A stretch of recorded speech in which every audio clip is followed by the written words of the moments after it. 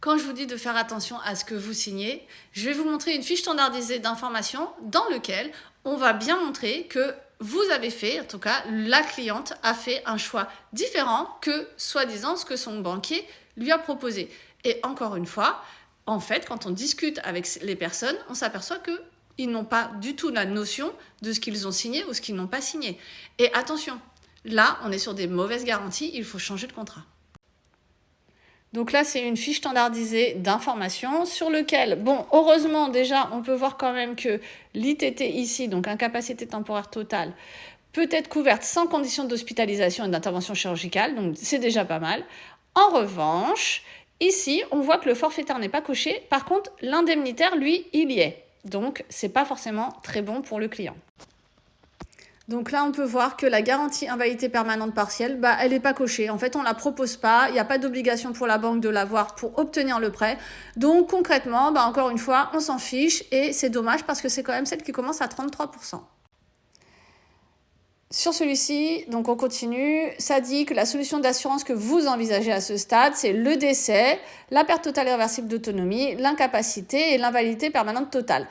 Et on voit que le reste n'est pas coché. Et surtout, on est encore sur du 50%. Ça, vraiment, il faut que ça s'arrête.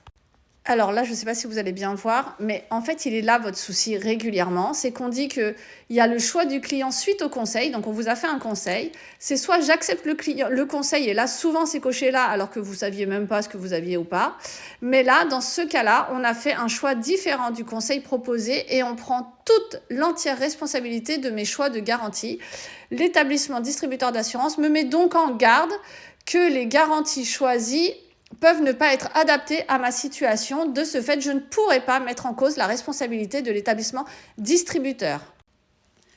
Donc là, ce qu'il faut comprendre, c'est que malheureusement, c'est de l'indemnitaire. Il n'y a pas la validité permanente partielle. Déjà, je trouve étonnant parce qu'ils disent que c'est le conseil qui vous donne, mais vous refusez quand même le conseil et vous prenez votre entière responsabilité de ne pas avoir ces garanties-là. Donc c'est assez étonnant, mais malheureusement, on ne pourra rien y faire. Et vous avez signé ça. Donc le 50%, encore une fois, je suis désolée, mais que vous soyez 2 ou 3 ou 12 sur le prêt, on s'en fiche. Un arrêt maladie ou une invalidité, c'est très individuel, croyez-moi. C'est vraiment la personne qui sera en arrêt maladie, pas le couple, pas la SCI, pas les voisins, etc. Ce sera vraiment vous, en fait, en arrêt maladie ou en invalidité. Donc autant que vous ayez les garanties en 100%. Correctement, l'indemnitaire, je le répète, c'est en fonction de la perte réelle de revenus. Donc quand on est salarié par exemple et qu'on est, admettons, en accident du travail, l'employeur va vous verser votre salaire, il n'y aura pas de perte de revenus, votre assurance là, elle ne vous sert à rien. Elle ne sert à rien, d'accord? Vraiment, voilà, tant qu'il n'y a pas de perte de salaire. Et ça vaut pour aussi l'invalidité. Donc attention parce que souvent, vous ne vous rendez pas compte, moi je vois beaucoup dans mes dossiers, mais l'invalidité, vous pouvez avoir une rente qui peut être majorée en plus, et souvent, elle peut être supérieure à ce que vous gagnez avant.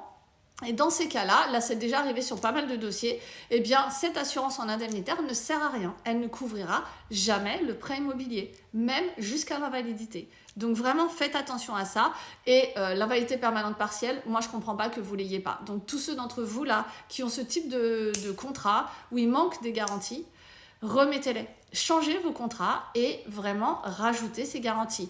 Attention évidemment, il y a des formules d'indemnisation différentes, il y a des contrats qui sont bons et d'autres qui sont moins bons sur le marché. C'est vraiment pas votre rôle non plus, je dirais, de faire le tour de tout ce qui existe sur le marché. Par contre, prendre un professionnel de l'assurance, vous pouvez nous contacter nous évidemment.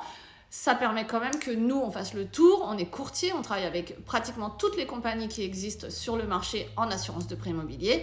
Et donc, dans ces cas-là, on a quand même un panel vraiment important qui nous permet de voir en fonction de votre profil. J'en ai parlé dans la vidéo d'avant. Le profil, c'est important. Si on fait du sport à risque, si on fait une profession à risque, si on voyage à l'étranger ou dans des pays à risque aussi. Donc là, on n'ira pas forcément sur les mêmes compagnies que quelqu'un qui est derrière un bureau comme moi et qui ne quitte pas plus que ça la France parce que de toute façon je pars même pas en vacances, donc voilà.